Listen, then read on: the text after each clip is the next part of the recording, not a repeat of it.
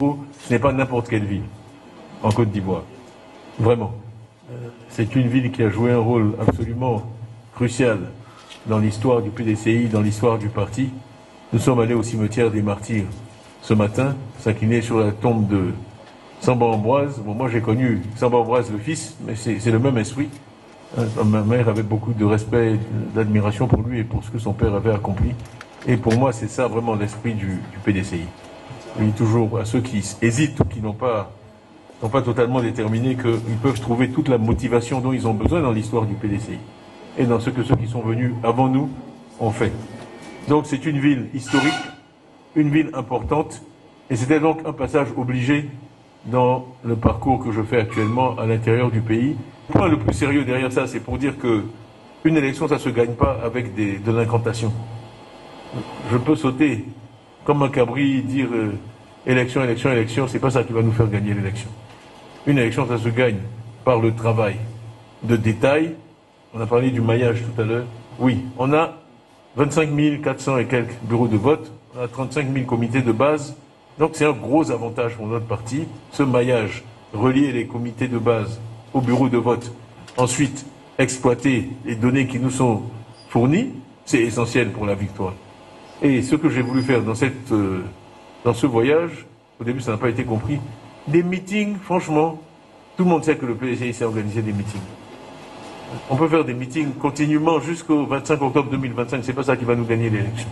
Donc on a dit tout à l'heure, visite technique, visite de travail, oui. C'est une visite technique, c'est une visite de travail, c'est pour aller dans les centres électoraux. Regardez, dès le premier jour, on a eu un impact. On a eu la gratuité du certificat de nationalité, on a eu l'accord pour qu'on puisse s'inscrire avec un récépissé de carte d'identité, et tout le monde sait à quel point ça a été difficile pour certains groupes d'avoir leur carte d'identité. On donne le récépissé, la carte ne vient jamais. Donc ça, c'était une concession majeure, mais quand on est arrivé le premier jour, on dit, ah, si le récépissé n'est plus valide, la tablette ne l'accepte pas. La tablette est programmée pour ne pas accepter le récépissé. Je dis, mais alors, votre concession là ne vaut rien. Parce que des récépissés en cours de validité, il y en a très peu. La plupart sont périmés. Les gens sont allés chercher leur carte, ils n'ont pas eu leur carte. Et là, c'est la machine. Bon, peut-être vous avez vu sur les écrans la petite discussion qu'on a eue.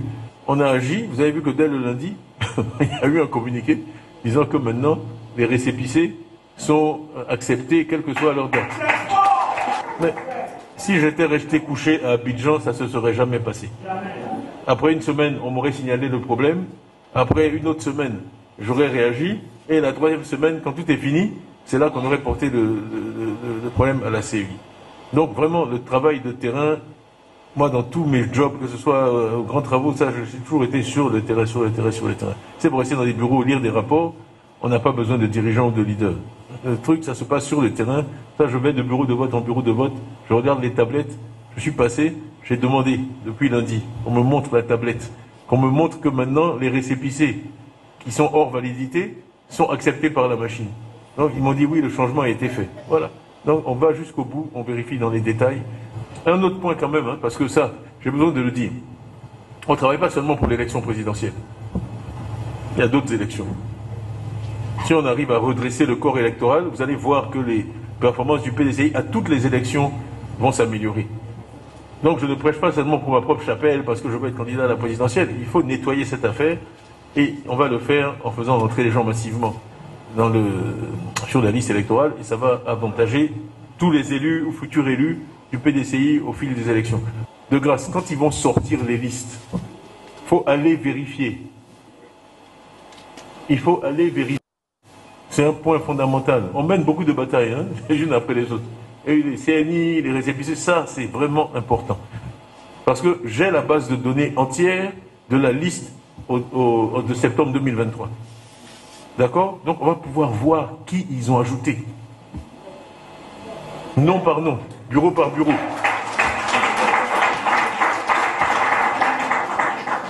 Quand je parle de travail, je dis, moi je suis un ingénieur ferme de détail. Je ne suis pas dans la stratosphère. L'élection, elle se gagne là. On va donner, vous allez regarder bureau par bureau, on va voir les noms qu'ils ont ajoutés. Et ça, l'information sera là, qu'on puisse le faire. Mais si on reste là et qu'on ne fait pas ce travail, il ne va pas se faire tout seul. Pour finir, le président Tidjane Thiam a annoncé une action pertinente en vue de contrer la fraude. Il s'agit de la proclamation des résultats bureau de vote par bureau de vote. Une volonté du président du PDC RDA qui sonne comme un bouleversement salvateur dans le processus électoral en Côte d'Ivoire.